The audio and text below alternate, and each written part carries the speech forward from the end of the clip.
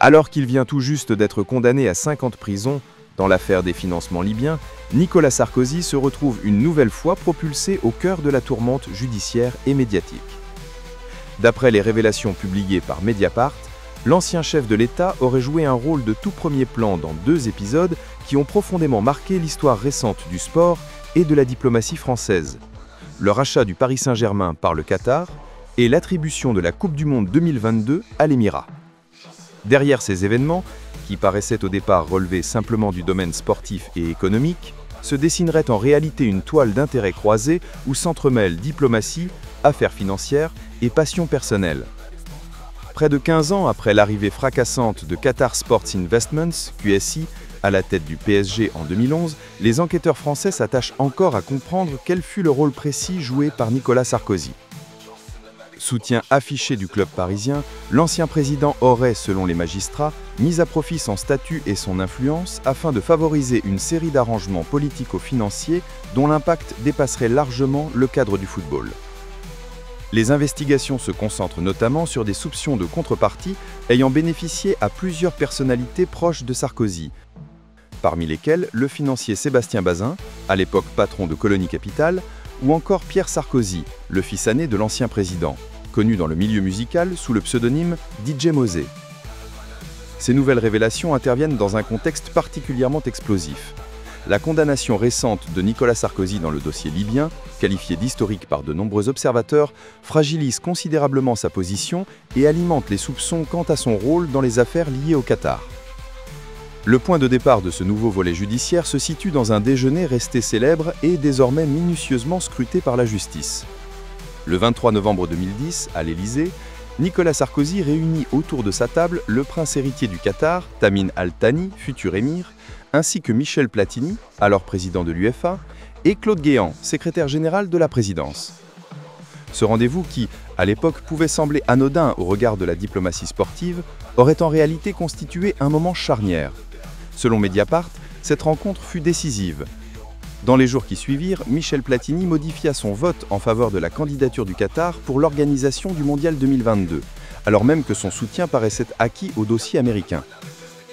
Pour les juges français, ce basculement soudain ne saurait être réduit à une simple révision d'opinion. Il s'inscrirait plutôt à le cadre d'un accord tacite passé entre Paris et Doha. L'hypothèse privilégiée par les magistrats est la suivante. En échange d'un appui politique et diplomatique déterminant de la France auprès des instances internationales, le Qatar aurait accepté d'investir massivement dans plusieurs secteurs économiques français, parmi lesquels figurait en première ligne le sauvetage du Paris Saint-Germain. À l'époque, le club parisien, propriété du fonds Colonie Capital, traversait une crise financière profonde qui menaçait son avenir. Grand amateur du PSG, Nicolas Sarkozy aurait vu dans cette opération une double opportunité: préserver le prestige sportif de la capitale et offrir à ses partenaires économiques une sortie de crise profitable.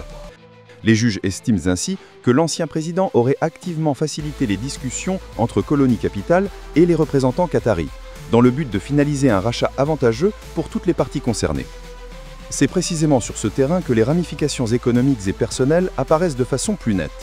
D'après les éléments mis au jour par Mediapart, Sébastien Bazin, alors dirigeant de Colonie Capital, aurait négocié la vente du PSG avec le soutien constant de Nicolas Sarkozy et de son entourage proche.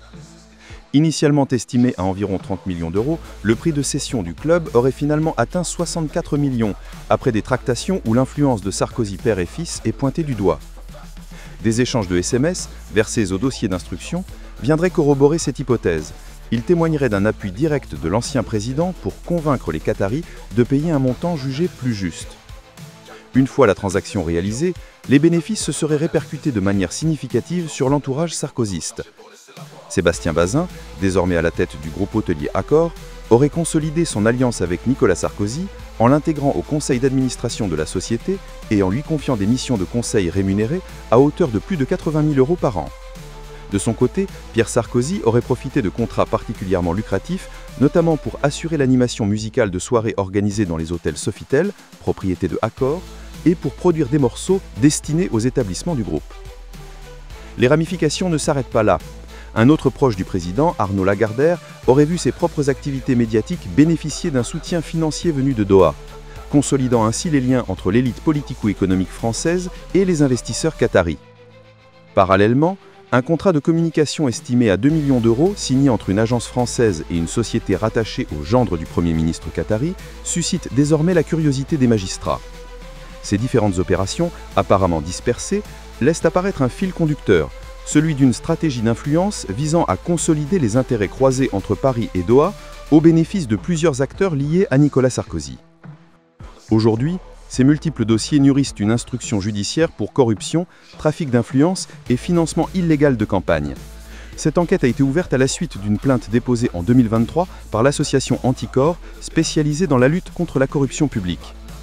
Les juges cherchent désormais à établir si Nicolas Sarkozy a personnellement tiré profit de ces accords et s'il a utilisé son mandat présidentiel pour favoriser ses partenaires économiques en échange de soutien financier ou politique.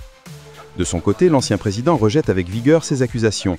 Il affirme n'avoir agi que dans l'intérêt supérieur de la France et du football français, se défendant de toute malversation et dénonçant une campagne judiciaire à son encontre. Si le PSG reste dans l'opinion publique au centre de cette affaire aux ramifications complexes, il est important de rappeler qu'aucune enquête ne vise directement le club ou ses dirigeants actuels. Les investigations se concentrent uniquement sur les conditions du rachat de 2011 et sur le rôle joué par certains acteurs politiques et économiques de l'époque. 14 ans après le fameux déjeuner de l'Élysée, le Paris Saint-Germain poursuit sa trajectoire sportive triomphante, auréolée de nombreux titres nationaux et de stars internationales. Mais derrière la vitrine scintillante du football de haut niveau, les révélations successives et les notes judiciaires viennent rappeler une réalité plus sombre. Dans les coulisses parisiennes, le ballon rond n'a jamais été qu'un simple jeu, mais bien un instrument de pouvoir, de diplomatie et d'influence.